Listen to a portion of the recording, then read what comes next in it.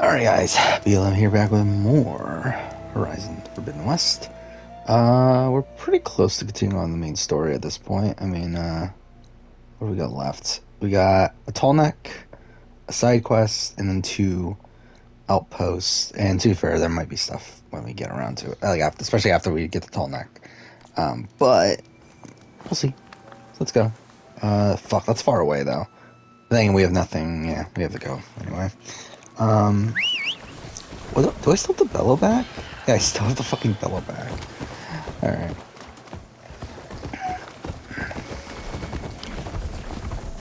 Oh yeah, fuck. I forgot I was listening to podcasts. We might as well do that, because again, it's just side content. That, it does make her a very compelling and fun character. Okay. The thing about Angelina has always been Did it's not mean not the that. idea, it's the delivery, the execution of it. I think that's where Angelina faltered the most, and that, like you're saying, she brought things up the wrong way to the wrong people, and that's part of what makes her such an entertaining character. She had all the wrong delivery, but mostly right ideas. All right, we're gonna go ahead. We're gonna go back to the start of the season. We're gonna take a quick break here. If you're listening to the podcast version, we're gonna take a quick break and come back and talk about the start of Survivor David versus Goliath. We will be right back talking about Survivor David versus search of the area. Brands needing food delivery. Imagine you're shopping online. It's boom. She went online. She went to the furniture store website. Okay, so I'm not gonna say it was nothing that she saved. She said it was 3 digits of the season. Starts on this big barge, and I don't really ever remember them doing this in the other season. Like they set up like an obstacle course on a boat, Jason. Yeah, it was very exciting. I enjoyed it. We started off the Goliath speaking about the Davids right away. We've got Angelina talking about how pitiful these people look. It was just hilarious. The obstacle course on the boat was fun. It was a nice new wrinkle in the game. I do feel like that for the Goliaths, that Jeff really hung a couple of them out to dry in terms of like from the start of the game, where like for instance, like Dr. Allison, when compared to Pat, like basically like the game didn't even start and just like calling her out, like oh she's rich, she comes from a rich family, she doesn't need the money, no way she can win now.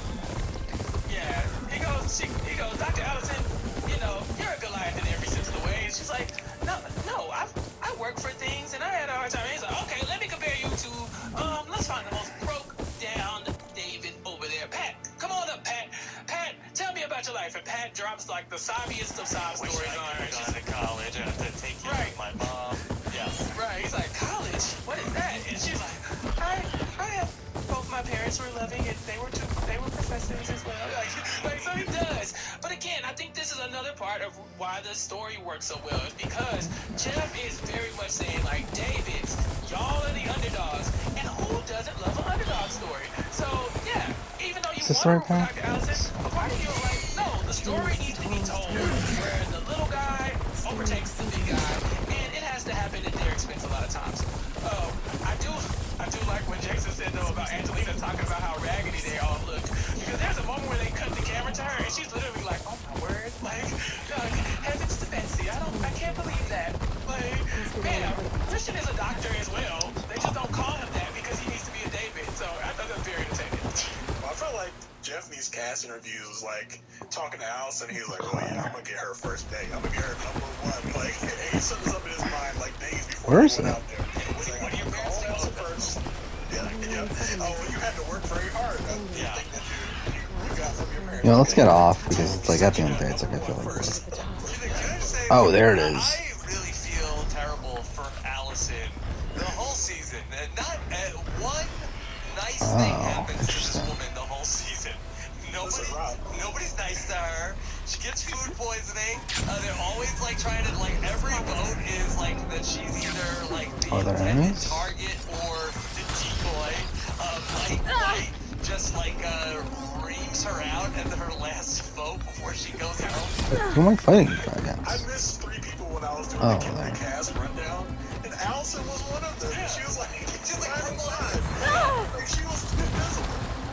I loved Allison on this rewatch though, because there's something to say about her bedside manner, right? Anytime there's somebody anybody who was downtrodden, she is right there. And I think that's why everybody can recognize her as a threat, because it was like, well, we gotta get Allison out eventually. Like, she is athletic looking, but she's not the most athletic person out there. Yeah. But I think it's just that, like, if no one's forming genuine relationships, it's Allison.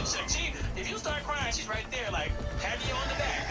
Like, look at Gabby, and there's other moments where other people are crying. She's right there, Angelina. Like, people fall down, and she's right there. I think she told somebody, like, oh, I think that's a medical issue. I was like, really? Like, it was Alex. He comes down off the challenges. He's like, I just couldn't stand it anymore. She's like, yeah, that sounds like a medical diagnosis to me. Like, so I think Alex is fake bruises when she fake falls out of a fake tree. Right. Like, Allison is there for everybody, and so it's almost like it's so overt. It's like she's wearing like a doctor's a stethoscope the whole time, and they're like, okay, so when are we gonna get her? Yeah. Can we get her now? Can we get her now? So, And then Mike White starts calling her Wonder Woman, and that really just builds up her threat persona of like, oh, she's Wonder Woman. We gotta get rid of her. Well, part of the problem with the Alice that it was. Wait, wasn't there a doctor point? And I was like, where? Oh, it's here. How? Like, when did this happen?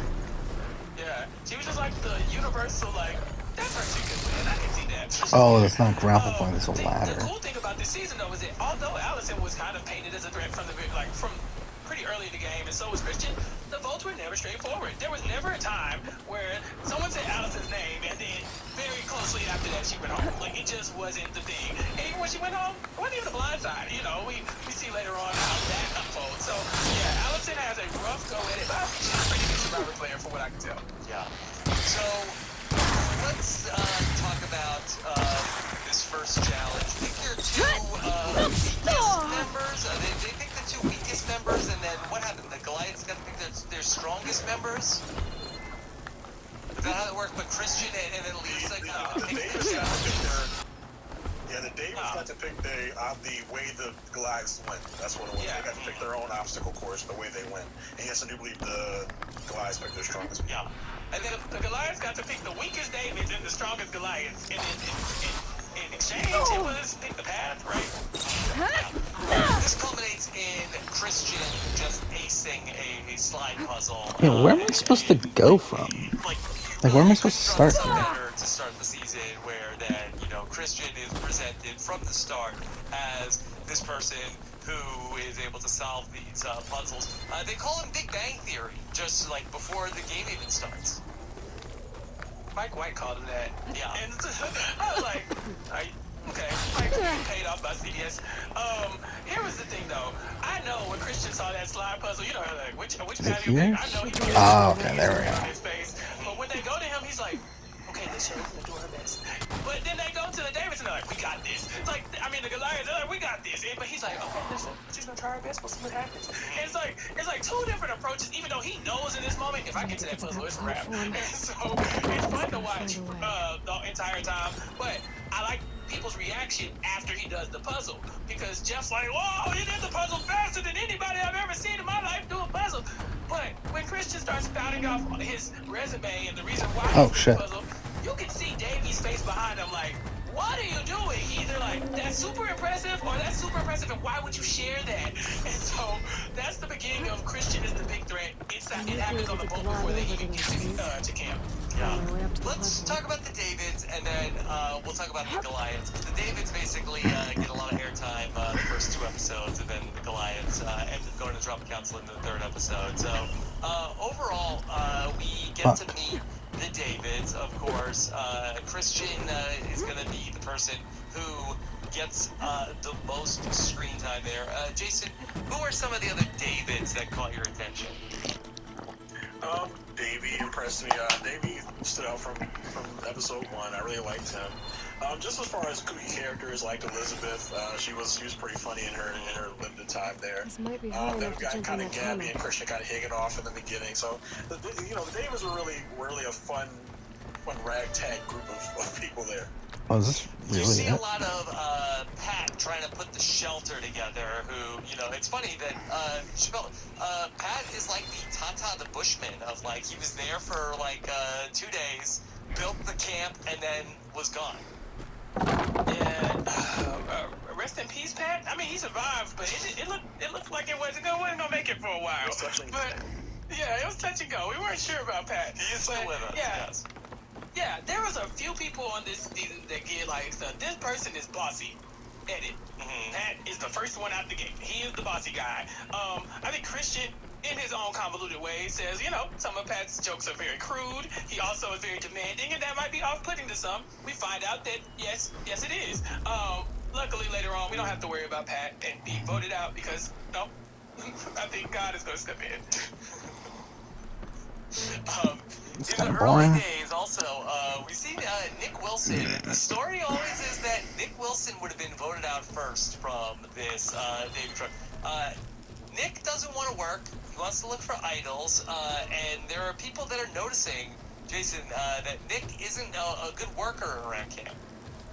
Yeah, he just kind of stands around and, you know, he says it's easy to look like you're working, so he just kind of hands people bamboos, like, shoots, you know, every now and then. You know, Chappelle said God took care of Pat. I think Nick might have had an idea on that boat, maybe gave a little push, maybe a little push on that boat. I'm not sure. He saw that coming and was like, I missed this jump. It's so fucking How good. does the seatbelt work? Nick's like, don't worry about it. don't worry about it. We don't need that. You don't need Water that. is very calm got out it. here. There's no way to find the top. Ah, shit. Can't find chat from the top. You don't need to wear Head the direct. seatbelt. Yeah, you don't Oh, need that. fuck off. Nick is an interesting character. We know that he eventually wins this season. But, I mean, he is one of the more Weasley winners that we'll see in Survivor history. Like, Nick is very much, like, if there's a heroes versus villains, like, second go round, for him to be a David, you can look at a lot of his actions this season of kind of villainous. You know, he does have quite the temper, but even in the first scenes, you know, he's skirting his responsibilities to the tribe by not wanting to do. Did I put Nick on Heroes or Villains? I think I put him villain, right? He's oftentimes, you know, very much combative when things don't go his way. And then, yeah, but he kind of like nickels and dimes his way to the end. It's a very scrappy win from Nick Wilson. Yeah, here on the first day, it does look like he might be in trouble. Now, I've heard it both ways, but it looks like he's not doing anything to ingratiate himself into his tribe too much. Yeah, I think he says that he was not going to be voted out at the first tribal council. The show definitely presents it that way. It makes for a better story. So, Dr. Mike said he would have won if he made it to the end too. So I mean, people say things. people say things. Yeah. People say things. So we go to the first challenge, and ultimately they come back. It's very close. It's another slide puzzle in the rain, like this big giant, like it's not even a slide puzzle, Jason. It's just like put all the numbers from 1 to 25. Yeah, it's like the big, this like huge calendar-looking thing where they have to slide the numbers out. You know, and like a lot of the challenges this season, it was very close. But you know, yeah, the Goliaths do pull it out. Yeah. So then they get on the boat, and then like they do some like fancy camera work of like the camera like going like through like the water, and then hitting like fade to black, and then Is that we what cut we're to the supposed to beach, and do? it's like a shipwreck, and then we see that Pat has hurt himself. Eventually, Jeff comes out, and Chappelle, that's gonna do it for Pat. Yeah, poor Pat. He goes out like begging to stay in the game. And we see this multiple times. But like Pat is just, I mean, he looks like he's in pretty quick bad save, shape. I They're guess. saying that his back hurts, but I mean, a heart attack, stroke. I thought That's this what I was thought heart at first attack. when they showed us him. I thought he was having a heart attack or stroke or something like that. But all that for, you know, I mean, I'm not going to say that a broken back unless I'm going to be, you know, just start over. But it looked a lot more serious than that. Yeah. Yeah. Yeah, those waters are choppy, and then you go. Oh, this is airborne, back I at the think, and then beginning. It comes back down, so I don't Oh, know. I'm just a fucking if idiot. He hit like a bulkhead or what, but that's gonna do it. Yeah, I just for went back to the Pat, beginning. And Jeff is like so quick. Jason goes right into like, wow, the Davids. He got on the radio that Pat hurt himself. He's like, oh, this is perfect. I mean, I'm sorry. Yeah, that's awful. And he's like, he's on his way on the David's always getting downtrodden. David's always, he's practicing his speech and the rest of the David's on his way there. This is perfect for him. He's got Mike White in the writer's room. He's like, Mike, give me something here. Like, oh, you David, you just, every time you think you got something, you just can't seem to get it done. And this is indicative of a David. Out a pat on the back. That feels Right. good. Wait, do I need to... Wait. It's a shock that he didn't go straight to Pat with the question. Now Pat, as a David, how does this make you feel? That just things just keep getting snapped for you. Pat's like, please, just say This once in a lifetime opportunity, and then everything gets taken away from you right before you even get started. But that's what it's like being human. Your life really sucks, man. That's awful. Oh, yeah. That's wasting no time, everybody. Yeah, he's fine. He's fine. Okay, yeah. I think we need the tall neck. Now we really spent a lot of time with David because they are finally going to vote this next episode. We get to see Nick's Like, I think we need a tall neck to get over there. there. Most importantly, the Mason-Dixon alliance. Jason, it's called Mason-Dixon, and then also somehow that they are Mason-Dixon, like it's some I think I get it now, so. cop show. I think we need to go here to jump on it, and then there to jump there. Nick was Mason. Okay, Nick was Mason, Christian was Dixon. You know, it refers to the Mason-Dixon line where whatever, Kentucky and Baltimore. I didn't even know Christian was from Baltimore. Hey Christian, other Baltimore guy. I don't think he lives there now. Hey, whatever. Hey, same thing. But yeah, so he's naming these alliances. You got the Mason-Dixon line, you know, the buddy cop movie, the Miami Vice of it all.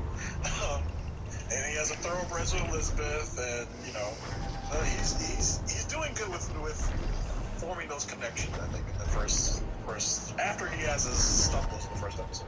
Yeah. Jason, what is the black version of the Mason-Dixon? Is it like Houston Atlanta Bays or something like that? Like, what are we? Like Me and you. They're not high enough. Martin Luther X. Martin Luther X Drive. That's what it is. That's it.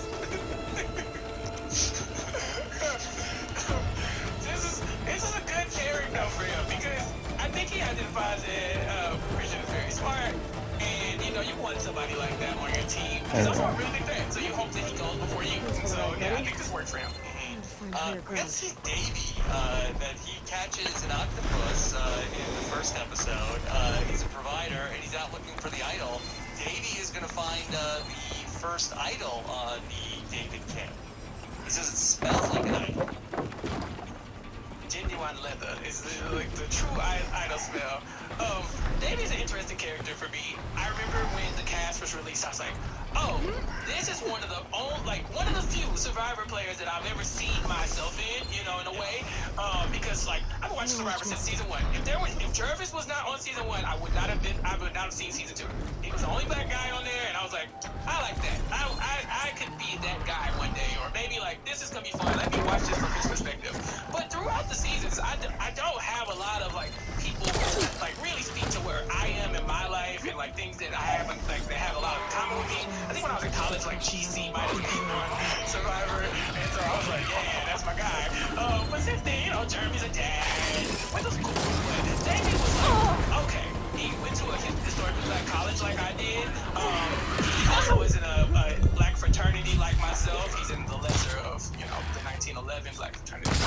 He's definitely a lower grade of that. I'm not exactly a blur, but I do watch a lot of reality TV, so I'm kind of nerdy. Fuck. And so No, what? What? My God, we're about to say. Why'd that just happen? Why did you just drop? I never have to play Survivor because now I don't have to say like how could It's fine, because I get to go back up here, but still, it's like, what the fuck is that?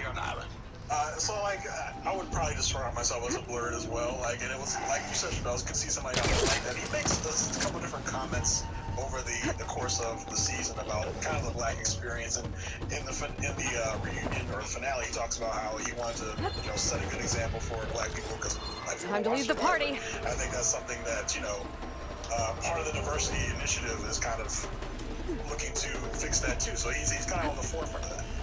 Yeah, he was intricate in that initiative in general, right? His whole thesis for coming out on the show, so he says, is that he wanted other black folk to watch Survivor. I'm like, thank God, because, man, I don't have no way to talk about this with. But when Davey comes on the show, I don't think he accomplishes his goal. Like, Davey does not bring black people to Survivor, like Moses. But I think what happens is his actions after that with the initiative and, the diversity campaign, the Twitter page and all that good stuff has done a lot for casting and for the fandom as well. So I have to give him his flowers where they are due. Yeah, Is this the I saw track? that they had him on It is, right? Yeah. TikTok, tweeting out like the link to apply for season 43, season 44. So Davey's still working on Yeah. Yeah, I'm like, what? I thought it was actually very interesting. It's a quick scene from I think it's in the first episode, and I didn't really remember it, but, Davy and Carl are both on the Eagle Eyes. And it's interesting, the show at the time didn't really make a story out of it, but that I think that it's Davy that says, like, okay, we're good, but we can't let the other people see that we're good. Like, they keep it like, it's just like a quick chat. Yeah, to draw a parallel to current day, like, we got the cookout in Big Brother 22. It's kind of that same thing. We just got to exchange a look. And, like, Are we high enough? Because we're limited around here, even though, this is kind of a groundbreaking season with 4 of us on the same season, but we got each other. Yeah. And, Davy and Carl are together for most of the game, and we really don't see too much about their relationship. Like, I feel like that even when we go to when Davy and Carl are together with the SWAT tribe, This'll be my stash really when I you need only it. see the story about Carl and Elizabeth. So it's just notable that they don't really show that relationship, and you don't really have that too much in other than maybe Survivor Fiji, where you see that there are especially 2 black men in the game that For the people with the keen eye, for black people with the keen eye, we were looking at it, we saw it. Like, there are votes that Davey slipped out of because he can't tell Davey because he's close to Carl. So there are moments where probably this person would work with Davey, but they're gonna tell Carl, including the Carl blindside, right? And so, like, it's there in different ways. But I'm very happy to see Carl on the season as well. I believe he's from Houston. Yeah. And so I was like, yeah, this was a cast that definitely was like, oh, before the season started, I was like, I want to see how this goes. Thing to jump off of? So, yeah, watching Davey and Carl move throughout the season was fun for me. this is a big strategic vote. That was also on purpose. So that's a big 5-4 where, for some reason, Jessica is targeted. I don't remember the exact reason why she gets targeted, but it seems like they claim she was too social because she had a relationship with Carl. And Okay, I so think the editors were really kind of struggling to figure out. there's a hunting ground How there. do we explain why did this? Jessica go home? That they're trying to target Lyrsa for being bad in the challenge. Elizabeth tells Lyrsa. Oh, I just completely missed that too. Gabby ropes in Christian. Alright, so what do we Mason got? and Dixon are right in the middle of this first vote. They could go either way. They could go with the There's a Jessica cauldron. B, Carl and Davey Charger side of it, site, or shelter. they could go with the Elizabeth, Lyrsa, Shelter, Gabby side of shelter. things. They end up going with the women. This is such a good edit for a second boot too, Rebel because camp. we learn a lot about Jessica in a Yeah, short so amount there's of time. quite a Like, bit she's here, lying about her actually. age, she's super young, but she's one of the players that is like, we need to be playing the game. Some of y'all aren't strategizing, some of y'all aren't making moves, and she's one of the people who will go out in history saying, I love blindsides and stuff like that. I'm excited to be a tribal council, like famous last words. Okay, This so is I kind think of we'll exhilarating at times. start Jessica, from your the days are numbered. As a bottom matter of fact, it's here. and go up. And so, yeah, so we get a lot of her, and I think that's another reason why this season is so memorable. So this must be a main story thing for sure, right? Like, why else would this be here, but like not actually affect anything? Like, that's gotta be main story because like I know this is main story, so I'm assuming both of those have to be main story. And Gabby is way more compelling of a player than I probably gave her credit for the first time, because Gabby, she feels a lot. But when she feels, she acts on it. Like, Gabby is not going to quietly go down with the ship. She is going and then to, we'll do even if it comes these. out in tears. I know that was a big part of her story when people were watching the show the first time. But Gabby is always going to speak up when the numbers are in her favor, even if she's just complaining, right? If there's nothing that she can do here, she's still going to let you know it sucks being a David and being at the bottom. So this was just the first of one of Gabby's many victims, in my opinion. Yeah, well, the whole impetus of this was Gabby getting blown off by Jessica and being in the first place. Is the whole reason they got flipped and switched to Jessica. Yeah, and there's a few different great moments in this episode. This is when Gabby is talking with Christian, and she's like move her finger in the sand. She's like, Christian, will you play with me? And he says, oh, you mean in the sand? Like, no, in the game. And Christian gives the great confessional where he says, yeah, and let's not downplay the Gabby moment. She's like, Christian, will you play with me? Like, she is completely appealing appealing to his emotions at this point, like completely, and it works. And I'm not saying it was strategic. She might have been really feeling those things, but that shows how a genuine connection can take you far into the game. Because Christian sees her crying, he's like, no, I need to help her because she's the other me. She's the nerdy girl. I'm the nerdy guy. This is someone who I need to be protecting in this moment. So kudos to Gabby for making this happen. But it's definitely a funny moment where he's like, wait, you want me to play the same? Is that what you want? Yes. All right, let's talk some Goliaths, because, Jason, I had forgotten the Goliaths are, like, a pretty fun tribe overall. Like, they end up having, like, it seems like that they're having, like, a really fun time. Ultimately, land, like, the Jeremy and Natalie stuff is going to not happy to see me? really end up being the main focal point of the drama there. But at least, like, it seems like that this group seems to really like each other outside of that. Yeah, from day one, they had kind of like a fun time, and there was a little dysfunction, going around. They starts the whole thing off by going around trying to find Idol, and of course, like classic Survivor, that gets the target on his back immediately, and then Natalie kind of intervenes in that, telling Mike he's being a target. So it was a lot of fun, and then the whole Natalie and Jeremy of it all, which is I'm sure we'll get into. And I've been doing this countdown every single week, and this is the first time I've had to say Jeremy and Natalie this week, and I had to check my notes. Am I saying it? No, I'm not saying the wrong names. Am I right?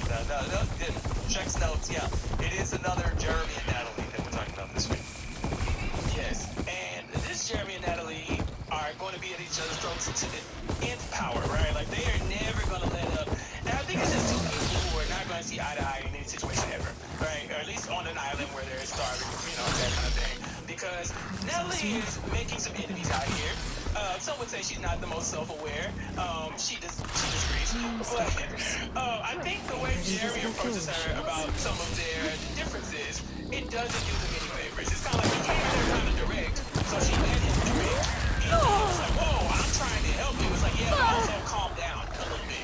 And so it was a lot of that, and it went to 100 very, very fast. But I did enjoy Natalie so much on the rewatch. This person, she paved the way for Reed. You don't get a Reed without this, right? Like, this person is amazing. Natalie is just, every time she's on screen, she pops. We very rarely see her doing any work, but she's always telling other people what to do, and it's driving everybody crazy. Yeah. She has a great quarantine questionnaire. This woman understood the exercise. She does a great job of that. If anybody's interested in more from Natalie Ball, I did a fun interview with her after this season as well. I really hope that she might want to talk about Survivor. There's some interesting things about Natalie from the finale. Jason, that she talked about how she was not happy with her editing on the show. She has an interesting discussion with Jeff about that, how she didn't like to get it, and Jeff says to her that that was what I was there, that was what I saw, and I think he puts her in a really bad spot when he asks her hey, so is there anybody else that feels like they didn't like their edit, and nobody else raises their hand? Jeff, they're lying, Jeff. Who's gonna raise their hand? Let's say that you're in a workplace, and you talk back to your boss, and your boss fires you. Anybody else want to have any opinions, bro? You don't raise your hand. I don't know what you're talking about. Natalie, you're crazy. But I think the question is, does she have legitimate right? I think she did say and do all those things. Yeah, those are both entertaining and confrontational. So the show's going to show. If there are other things that she did, contrary with that is, maybe she apologized to her classmates or something like that. They didn't show that, obviously, but I don't know. I'm trying to figure out if her prank was legitimate. It was very much a raise your hand if you've ever been personally victimized by Regina George moment, where you would expect everybody's hand to go up in that moment. Nobody can raise their hand to defend Natalie on this one, because even if it wasn't kind to her, they just watched the season 2 and they watched it thinking, oh my gosh, she was like that to everybody. I thought me and her just had a little touchy moment, but geez, I didn't know she was like that with you and you and you and you. We said she was bad, but you hear about these stories anecdotally on the island, then when you see it, you're like, wow. But I will say in her defense, she was married, I'm sure there are other things and other dimensions to this woman other than she's bossy. But we don't know that. We don't know first episode, we hear about her occupation, and she talks to me over and over again about how she's in charge of things. Like, what's she like? You know? What do people think about her, like, personality-wise, being bossy? I know she's probably not that one, though. Because if she was, I doubt she makes it as far in the game as she does. There are very many examples of Survivor history where people can just not deal with the annoying person in the camp. Rob voted out Ryan Aiken first, you know, in a tribe where they just lost a challenge, you know, and that was the next season to the women. They voted on Jack's guy.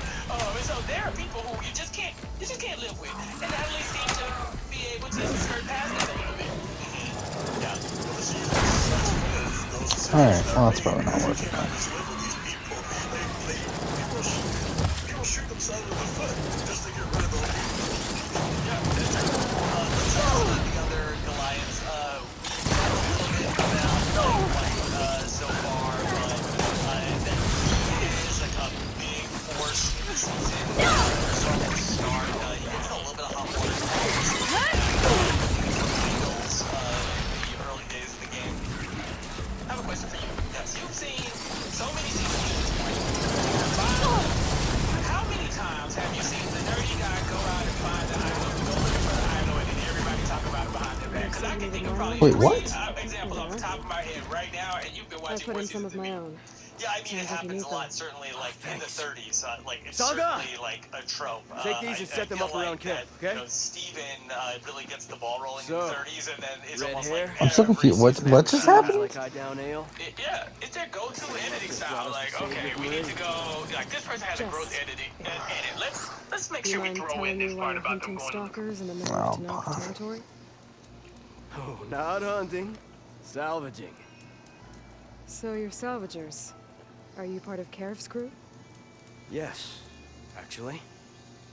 And you're getting parts to forge him some armor here? Our leader, Warrand, was obsessed with the Forbidden West. Collected every story he could find about it. And he was convinced that what he needed to make the armor is in this jungle. He wasn't worried about the Tanakh? Or the machines? He thought we could stay out of their way. But a few days ago, we ran into a Thunderjaw. Warren managed to lure it away from the camp, but we haven't seen him since. Now he's gone, and we don't even have the plans for his armor. They're in his trunk, and it's locked. Maybe you could track him down. Even if all you can find is his remains, the key to the trunk should be on him. I can look into it. We just take care of your people right now. Will do. Here. All you need to know is in this contract. Man stepped up when no one else did. I say that puts him in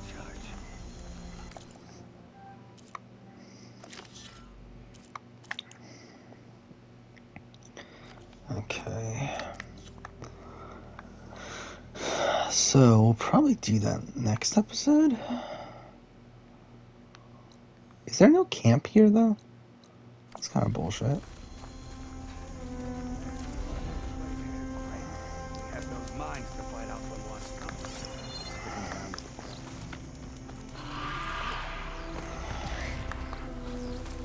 I should read Daenerys' contract. Wait, I forgot. Is there a place? Oh wait, I could just fast travel there if I really wanted to.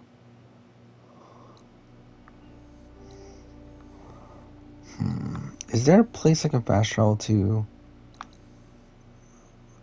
I guess I'll just go here. Because I need to restock. Like, I just wasted all of my fucking health. On that fight that supposedly I didn't even need to fucking do. Okay, so where's my stash?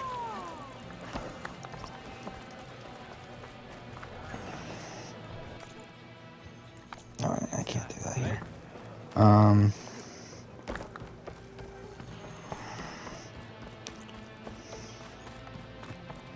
Should be here, right? Since we're here, might as well also buy these.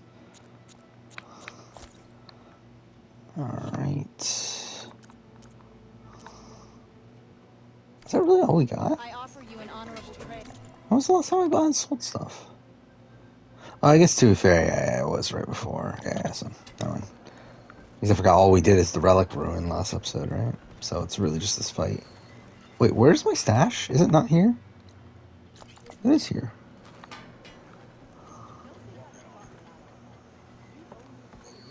Wait, what? Is it behind? Oh, that's so fucking confusing. Whatever.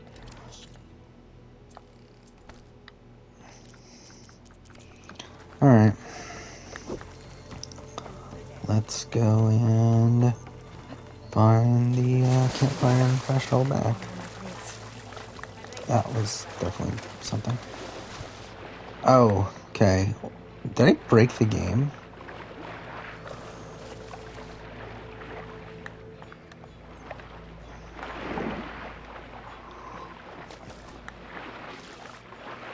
Yeah.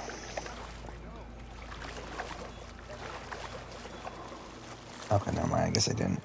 I thought that I, like, got below. Well, I mean, this is pretty shit, though. But I thought I got below the, like, I glitched through the thing.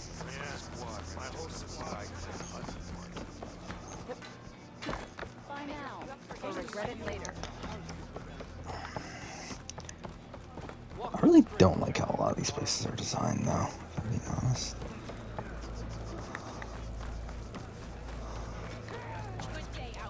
Alright, so we'll fast travel here, and then we'll call it an episode, and we'll do more.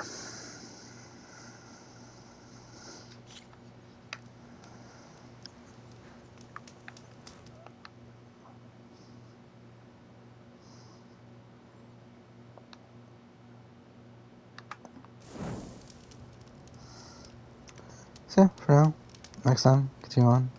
I don't think about you.